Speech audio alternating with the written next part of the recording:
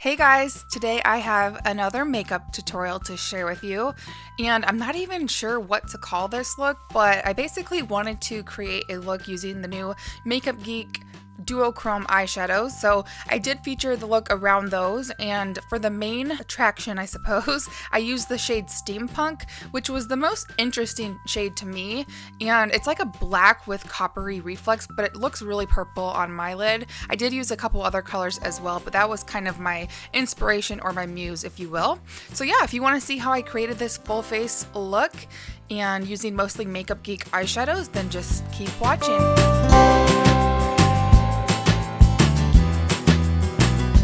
I had already primed my eyes before filming, and I just used my MAC paint pot in soft ochre.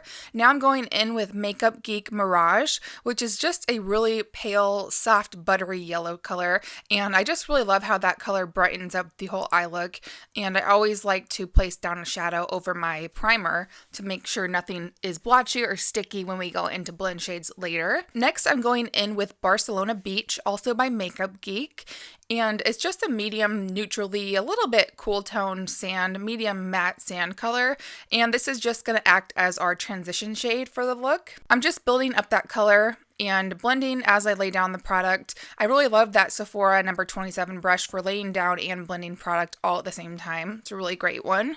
Next, I'm going in with Makeup Geek Cherry Cola, which is such a fun eyeshadow. It's basically like a cherry cola color. I'm taking it on a more tapered crease brush that will lay a little bit more precision down, or it will lay the color down with a little bit more precision than a bigger, fluffier brush. And I'm just taking that right in my natural crease and then faking the color up just a little bit to make my crease look a little bit higher than it is naturally. And then taking that number 27 Sephora brush without any additional product, I'm just ever so slightly blending that light medium pressure and just circular motions and then windshield wiper motions back and forth just to blend it seamlessly. Now I'm going to wet my MAC 242 brush with some MAC Mineralized Charged Water, and then I'm going to go in with Steampunk, the duochrome eyeshadow by Makeup Geek, and you can see how it goes on. It looks almost like a blackish blue color, but as it dries and as I kind of build up the color, it looks more like cranberry. It's insane. It's so cool. And the best way that I can get these duochrome eyeshadows to work for me, especially the Steampunk color here that I'm using, is to wet the brush. And I'm just building up that color, and you can see as it starts to dry and as I layer on that color, it kind of changes. It's pretty cool. I'm just carving out a mushroom shape. I'm leaving the inner corner of my eye bare because now I'm going in with the Voltage duochrome eyeshadow. It's like a vanilla with yellowy reflex. It is so cool. I am taking that on a clean brush, also damp, and I'm just popping that on the inner corner of my eye. Going back with the Sephora Pro brush number 27, I'm just taking whatever was left on it and I'm just blending out the harsh lines of those two duochrome eyeshadows that we used. I'm blending more of the outer portion, not the actual lid color. Next, I'm going in with Makeup Geek Fairytale, which is a muted lavender color with a little bit of gray undertones. I love this color. This is one of my favorite matte eyeshadows by Makeup Geek because it's such a unique shade. And I'm just taking that in the crease just to help everything blend and to add a little bit more color, although a very subtle color. Next, after we have that blended out, I'm just touching up with some more Steampunk eyeshadow, just kind of to intensify that, and then the same thing with the Voltage, just going back in and freshening up that yellowy brightness. Ideally, I recommend going in with a lighter color first and then the darker color because as they kind of mixed together, it kind of made the inner part of my eye look blue, which is not a good look. Next, I'm going to take this Phantom duochrome color, which is a white with purple reflex. It's so cool. And I'm just placing that right lined up with the iris or the colored part of my eye just to add a little pop of brightness. And now I'm going to line my eye using this really cool like navy gray toned cream gel eyeliner by ColourPop. Now, I don't know if these are currently available, but they should be coming available soon. And I'm just doing a really thin line of that on my eye using a Delium Tools eyeliner brush. Now it's time to remove the tape and reveal your beautiful, nice line. And I'm going to go ahead and pop on some false lashes using the Kiss false lashes in the flirty style, and I actually really love these lashes. They're super natural but a little bit dramatic all at the same time. And now I'm priming my face using the Makeup Forever Smoothing Primer, which I have been really enjoying lately. It's just a nice smoothing primer.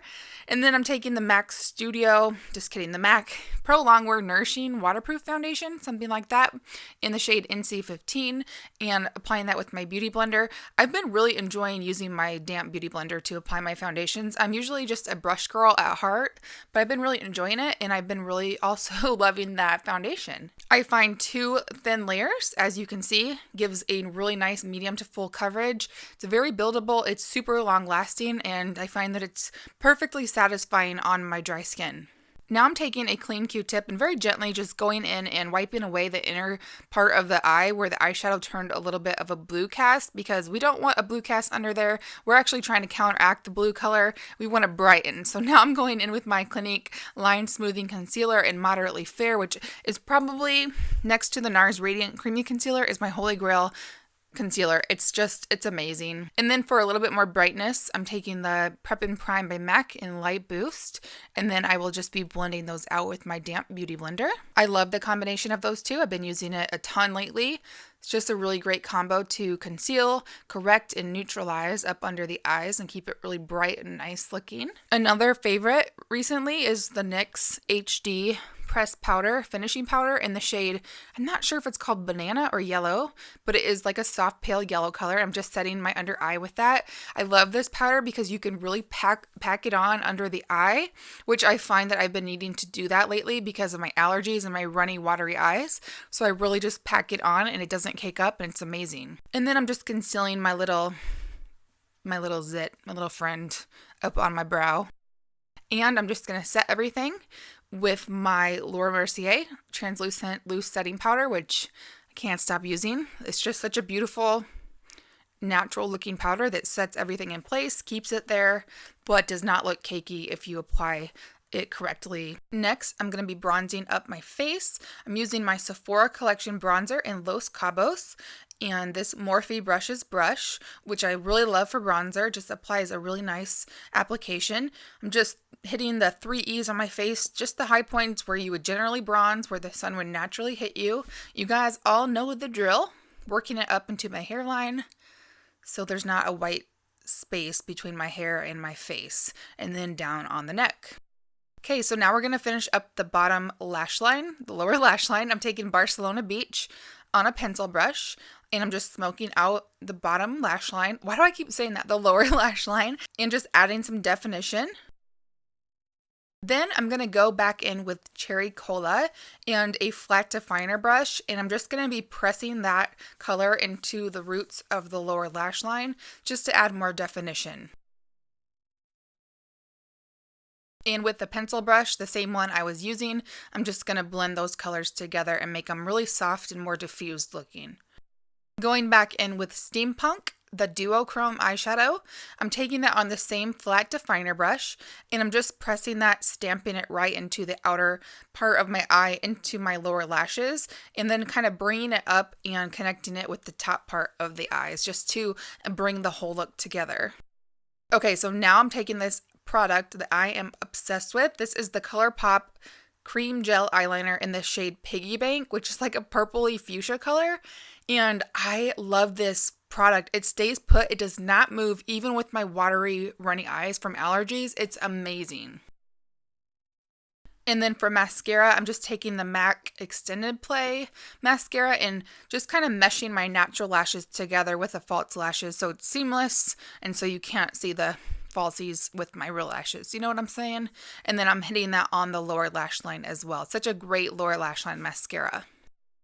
Now I'm going to add some blush. I'm using Makeup Geek First Love, which is a really powdery, soft baby pink. I just think it's so ethereal and just beautiful on fair skin. Absolutely stunning.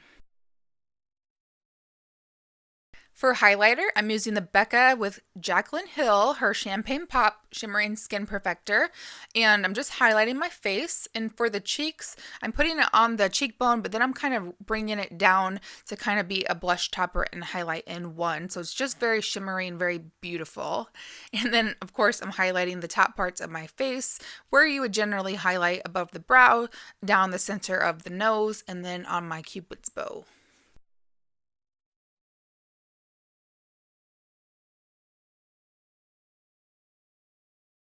Now I'm also taking the Champagne Pop color and I'm using that as my eyeshadow highlight. So just under the brows and on the inner corner of the eyes, just to add some brightness and lightness back in there. And then just to complete the eye look, I am going back in with Voltage, and I'm starting to take it on a MAC 242 just for a little bit more intense pigment on the inner corner, and then you'll see that I'm switching over to a more fluffy brush here, the angled eyeshadow brush, just to add a little bit less dense of an application, just to add the yellowy, like the pale yellow color to the inner corner of the eye without looking too stark or harsh.